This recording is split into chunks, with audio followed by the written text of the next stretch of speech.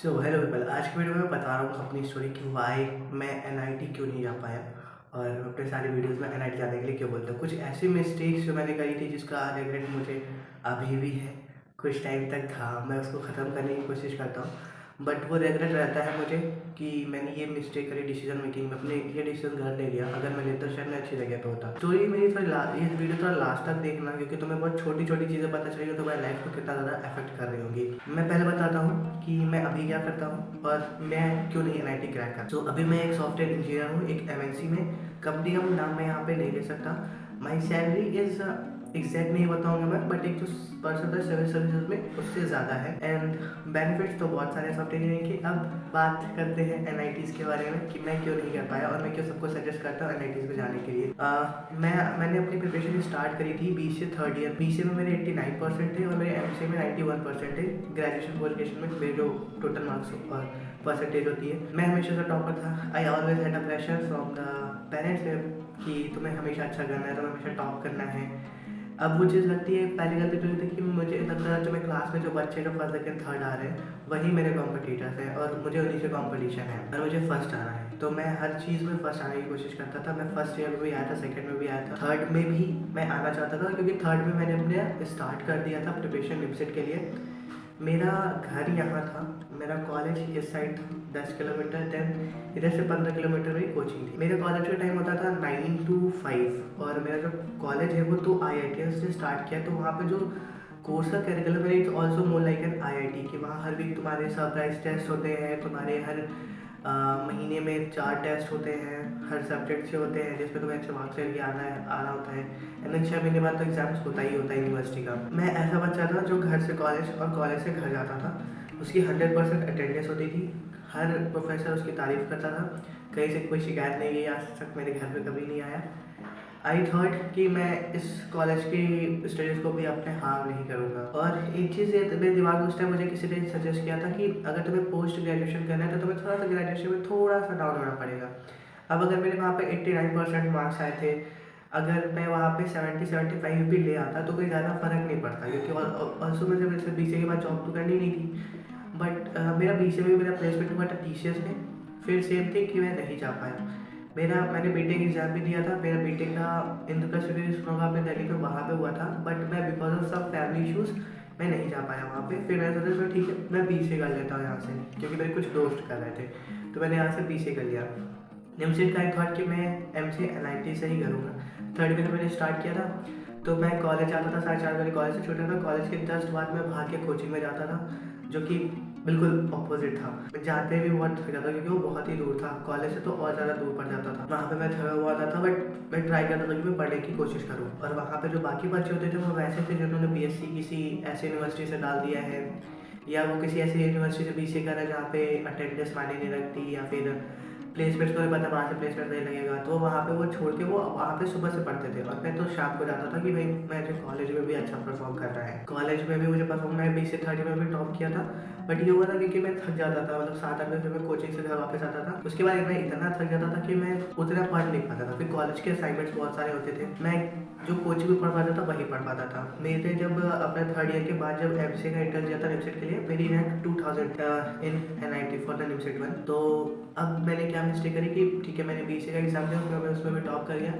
My mistake was कि अगर मैं एक साल ड्रॉप करता तो मैं एनआईटीज़ में पहुंच जाता। अच्छा, क्या 2000 रैंक के बाद भी मैं एनआईटीज़ में नहीं जा पाया? नहीं, ऐसा नहीं था। मुझे उस टाइम भी अच्छा कॉलेज मिल रहा था अगर मैं निमसेट के रैंक के लिए जाता। But because of few things, कि एक सेम मेरे पेरेंट्स को शायद एनआईटीज़ का अभी उतना ज़्यादा लोगों को नहीं पता है, राइट। अगर आप थोड़े से यूपी सेक्टर, यूपी की जगह पे जाओगे तो अभी भी कॉलेज में it's all about the government exam, कि आप गवर्नमेंट एग्जाम निकाले तो कि नहीं निकाले। My father is an grade officer, अब वो चाहते थे कि मैं भी यूपीएससी या आईएएस में जाऊँ। अब मैं नहीं जाना चाहता था, क्योंकि मुझे गवर्नमेंट जॉब में इंटरेस्ट नहीं था। मैं बिल्कुल भी गवर्नमेंट जॉब नहीं करना चाहता था, मैं कुछ और करना चाहता हूँ अपनी लाइफ में, अभी भी कुछ और करना चाहता हूँ। तो मैं गवर्नमेंट जॉब के लिए नहीं जाना चाहता था। तो उस टाइम मेरी प्रेशर था कि मैं जॉब ले लूँ, ऐसा। तो उस टाइम मैं कॉलेज नहीं जा पाया दूसरी सिटी में, और मुझे टीचर्स में भी जाना से मना हो गया। इट वॉज कि गवर्नमेंट जॉब की प्रिपरेशन करो, बैंक की प्रिपरेशन करो, या किसी ऐसे सीजन में जाओ या आर्मी में जाओ, जो चीज़ मैं नहीं करना चाहता था। And I was really depressed. मैं बहुत डिप्रेस हो गया उस टाइम कि मैं करूँ क्या, मुझे नहीं समझ में आ रहा था कि एक्चुअली में मैं इस टाइम पे मैं क्या करूँ, मैं कैसे समझाऊँ इन्हें कि मैं NIT या NIMSET में जाना चाहता हूँ और अगर मैं वहाँ जा रहा हूँ तो क्या होगा, बिकॉज उन्हें नहीं पता था अभी सॉफ्टवेयर इंजीनियर क्या करते हैं। For them private job is वही कि जो तुम बैग लेके जाते हो और बैठे रहते हो, तुम्हें कभी भी नौकरी से निकाल जाता है, 20,000 25,000 मिलते हैं, वो उनके माइंड में वो था। मैं ड्रॉप करना चाहता था, but what happened my mom is कि वो मेरी फ़ीस जिस कॉलेज में मैंने BCA किया था वहाँ पे सबमिट करके आ गई। मैं 1 साल में रोता गया, बिलीव नहीं करोगे, मैं 1 साल रो रहा था। मैंने कोई रजिस्टर नहीं बनाया था MCA के लिए, कोई भी सब्जेक्ट के रजिस्टर नहीं बनाए थे मैं नोट्स पेज में लिखता था कि अरे मैं तो छोड़ के चला जाऊँगा, मैं नेक्स्ट ईयर तक IT ले लूँगा। देन आई एंड अप कि वही सेम कॉलेज आपकी फ़ीस रिफंड नहीं करता है। देन आई वाज थॉट कि यार पापा ने तो पैसे मेहनत करके कमाए हैं और मैं ड्रॉप कर दूँगा तो पैसे बर्बाद हो जाएंगे और पैसे वेस्ट हो जाएंगे। उस टाइम मैंने ये सोच के फिर मैंने वो MCA कर लिया और मेरा MCA 2 साल का, बिकॉज अगर आप उसी कॉलेज से करते हो, BCA जहाँ से किया है, तो आपको 2 साल में MCA वो करा देते हैं। तो मेरा 5 साल में BCA प्लस MCA हो गया। MCA के बाद मेरा जॉब लगा था कॉग्निजेंट में। उस टाइम पैकेज वॉज 4 और 4.5 था। मैंने 3 महीने काम किया वहाँ पे। I felt this was not something that I deserve और मुझे लगा कि मैं इससे अच्छा डिजर्व करता हूँ। I am a hard working person और मैं इतनी सैलरी नहीं लेना चाहता। शायद मैं अगर मेहनत करता तो शायद मैं और अच्छे लेके, और यही मेरा रिग्रेट रहता हमेशा कि देखो आप ना 2 साल 3 साल NIT में भी दोगे और 2 साल 3 साल प्राइवेट कॉलेजेस में भी दोगे, बट अगर आप NITs में जाते हो तो जो आपका पैकेज होता है वो अच्छा होता है। मतलब फिर आपको पैसे की सोचने की जरूरत नहीं कि पैसे आ रहे हैं, कितने पैसे आ रहे हैं कितने नहीं, जस्ट कि आप अपना काम कर रहे हो, आपको अच्छा लगता है, वो पैसे से आप फ्री हो जाते हो यार कि घर कैसे चलेगा या अगर कुछ खरीदना चाहते हो कैसे चलेगा, वो NITs में। And money is a big relief. And साथ में अगर आप एक ऐसी जॉब मिले वाइट कॉलर की, हम लोग कहते हैं कि पैसे तो हम फ्रीलांसिंग से भी कमा सकते हैं, हाँ कमा सकते हो, बट द थिंग इज हर कोई फ्रीलांसिंग नहीं करना चाहता। हर किसी को वो नहीं पसंद है कि मैं क्लाइंट से जाके बात करूँ या मैं मतलब हर महीने मुझे काम ढूंढना पड़ रहा है। No one love to be in a job. तो फिर मैंने कॉग्निजेंट छोड़ा उस टाइम क्योंकि मुझे लगा था मैं ये नहीं डिजर्व करता हूँ। I resign from the Cognizant. फिर मैंने 3 महीने खुद से तैयारी करी। मैंने खुद से फिर से कोडिंग को अपने इम्प्रूव किया और मैंने फिर कुछ ऑफलाइन मतलब ऑफ कैंपस और ऑनलाइन कुछ जॉब्स को ढूंढा जहाँ पे एक जगह पे लगा इट इज़ एन एवरेज, जो मैं बता चुका हूँ। मैं उस कंपनी का नाम यहाँ पे नहीं ले सकता। And I got a good job. मतलब वो सैलरी ऐसी कि मैं नहीं सोचता पैसे के बारे में कि मेरे अकाउंट में पैसे हैं कि नहीं है, कितने आ रहे हैं कितने नहीं आ रहे हैं। इट्स जस्ट कि हाँ वो महीने के सैलरी में आ जाते हैं और मैं अपना आराम से काम करता रहता हूँ। मैं नहीं सोचता उसके बाद सैलरी के बारे में। एंड मोर देन डेट मैं यहाँ का वर्क कल्चर बहुत ही पसंद करता हूँ। यहाँ का वर्क कल्चर बहुत अच्छा है। Smartest people are in the office और ऐसे स्मार्टेस्ट पीपल मुझे बहुत ही कम मिलते हैं। मतलब अगर आप यूट्यूब पे देख रहे हो कोई बोल रहा है या फिर कुछ भी किसी जिसको आप बहुत सोच रहे हो बहुत अच्छा है, आई थिंक उनके सामने वो भी फीके है। जस्ट कि वो बहुत ही स्मार्ट है। मेरे ऑफिस में जितने लोग बहुत ही स्मार्ट है और जो वहाँ पे जो विमेन एम्प्लॉय है they are the smartest one. और जैसे लड़के तुम देख रहे हैं कि तुम रिलेशनशिप में आना चाहता है, अगर रिलेशनशिप में आना है तो वैसे लोगों के साथ आओ, सब जो ऑफिस में है। ऑल्दो मैं उनकी बहुत रिस्पेक्ट करता हूँ, मैं रिलेशनशिप की बिल्कुल बात नहीं करता, but I think the kind of aroma the kind of जो उनकी पर्सनैलिटी है ऑफिस में जो वुमेन्स हैं, इट्स माइंड ब्लोइंग मैन। मतलब तो लगेगा कि अच्छा ऐसे भी लड़कियाँ और ऐसे भी लोग होते हैं भाई ऑफिस, मतलब ऐसे भी लोग होते हैं दुनिया में। एंड उनके पास बहुत नॉलेज है बट दे आर डीपली बहुत ही ज़्यादा हम्बल है, आपकी हर तरह से रिस्पेक्ट करते हैं। और अगर आपको कुछ नहीं आता जो बताएंगे, अगर आप एक किसी ऐसे नॉर्मल जगह पर जाता है तो या तो वो पर्सन आपसे जेलस फील करता है तो वो बताता ही नहीं है। उसके हिसाब से I think these are the smartest people. मैं इसीलिए बहुत सारी जगह पर बोलता हूँ सारी लड़कियों से कि if you really want to grow in life तो बी लाइक देम, उनकी तरह बनो। और उनकी तरह बनोगे तो हर कोई आपकी वैल्यू करेगा और किसी की हिम्मत नहीं पड़ेगी कि वो आपको आँख उठा के भी देख पाए। तो आई थिंक मेरे ऑफिस में सभी स्मार्टेस्ट पीपल हैं बहुत सारे।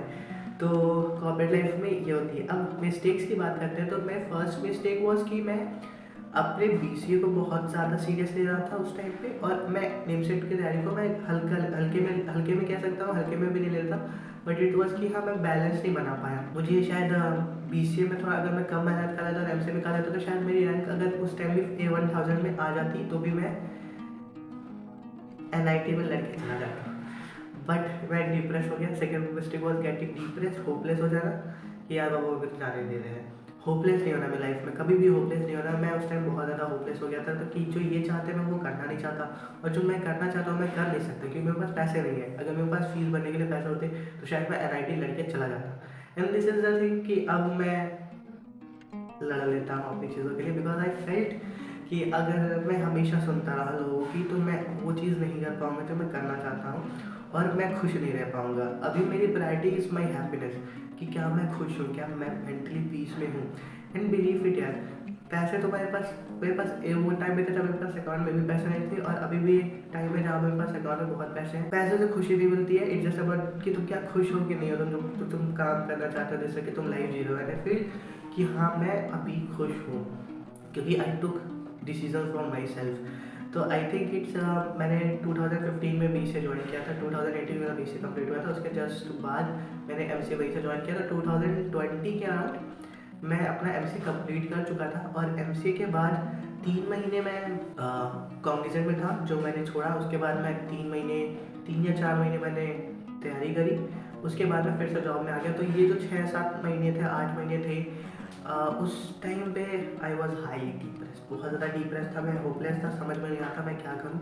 तो हमें होपलेस नहीं होना है, पता है हम बहुत सारे जल्दी बहुत सीरियस ले लेते हैं चीज़ों को। कई बार हमें सीरियस नहीं, बहुत हल्के में लेनी होती चीज़ों को, और धीरे धीरे सारी चीज़ अपने लाइन पे आ जाती है। तो मेरा पहला मिस्टेक था जो मैंने बता दिया कि मैंने BCA और उसमें मैं बैलेंस नहीं बना पाया। सेकेंड वॉज कि मैंने ड्रॉप नहीं किया। इफ़ यू आर श्योर कि आप ड्रॉप कर सकते हैं, मतलब अगर मैं कॉलेज के साथ निमसेट की प्रिपरेशन कर रहा था, उस टाइम पे अगर 2000 में रैंक लेके आ रहा था, अगर मैं 1 साल पूरा दे देता तो क्या मेरे रैंक 100 या 200 में नहीं आ जाती, बहुत आराम से आ जाती। क्योंकि अब मेरे पास कुछ और बर्डन नहीं था ना, कि कॉलेज का ये काम करना है, या प्रेशर था घर वालों से कि हाँ तुम्हें इस बार भी फर्स्ट आना है कॉलेज में, यूनिवर्सिटी में। उस टाइम मैं फ्री रहता, शायद मैं करता तो मैं 100-200 में मेरी शायद क्या मैं आ जाता, क्योंकि मुझे पता है कि मैं कितनी मेहनत कर लेता हूँ। तो सेकंड मिस्टेक था कि मैंने ड्रॉप नहीं किया। इफ़ यू आर समवन कि आपको लगता है कि हाँ मैं कर सकता हूँ, तो ड्रॉप कर देना, वो रेगरेट रहेगा। मुझे कभी भी रेगरेट होता है कि मैं IITs क्यों नहीं जा पाया।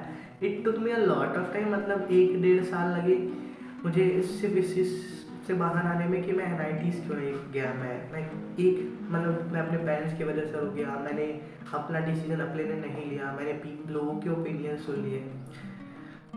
वो कुछ मैंने गलत किया। I should have my own opinions, और मैं सबको कहता हूँ कि सिर्फ मेरी बातों पे मत जाओ, लोगों की सुनो। तुम खुद भी देखो, तुम्हें ज़्यादा एक्सपीरियंस होगा, तब तुम अपने लिए बेटर डिसीजन ले पाओगे। और जैसे लोग बोलते हैं ना कि कॉलेज में करना है, आई थिंक बेस्ट लेसन जो होते हैं आपको लाइफ में वो कॉलेज में ही मिलते हैं। कॉलेज जाओ, अगर कुछ भी अलग करना है तो शायद वो आप कॉलेज में भी रह के कर सकते हो। और इस जमाने जिसको समझ नहीं आना है तो NITs जाओ, वहाँ की भी एक्सपीरियंस लो। शायद मैं, चलो मैं पढ़ने के लिए नहीं जा पाया, बट शायद मैं कोई मुझे मौका मिल जाए कि मैं एक बार NITs में घूम के आऊँ कैंपस में, क्योंकि मैं जाना चाहता हूँ। और शायद उस टाइम मैं अपना वो रिग्रेट ख़त्म कर पाऊँ कि मैं 1 डिसीजन 2 डिसीजन मैंने गलत ले लिए, वो नहीं लेना चाहिए था। तो अभी भी मैं सही जगह पे हूँ, बट इट्स हाँ कि अगर यही मेहनत मैं एक NITs में जाके करता तो शायद मैं इसके और एक डबल ट्रिपल 4 टाइम्स पैकेज पे होता, और मैं काम वही कर रहा था, बट मैं अच्छा पे किया जाता, फिर तो मैं ज़्यादा नहीं सोच रहा था। तो दिस इज़ समथिंग जो मेरी स्टोरी रही है फॉर मेरा MCA एंड NIMSET। और इसीलिए मैं सबसे बोलता हूँ NITs जाओ, you will get an experience, बाकी सब होता रहेगा। तो एक बार देखो कि आप लाइफ में क्या करना चाहते हो, और रिग्रेट नहीं रखना कोई लाइफ में। तो तब तक bye bye, take care, keep smiling.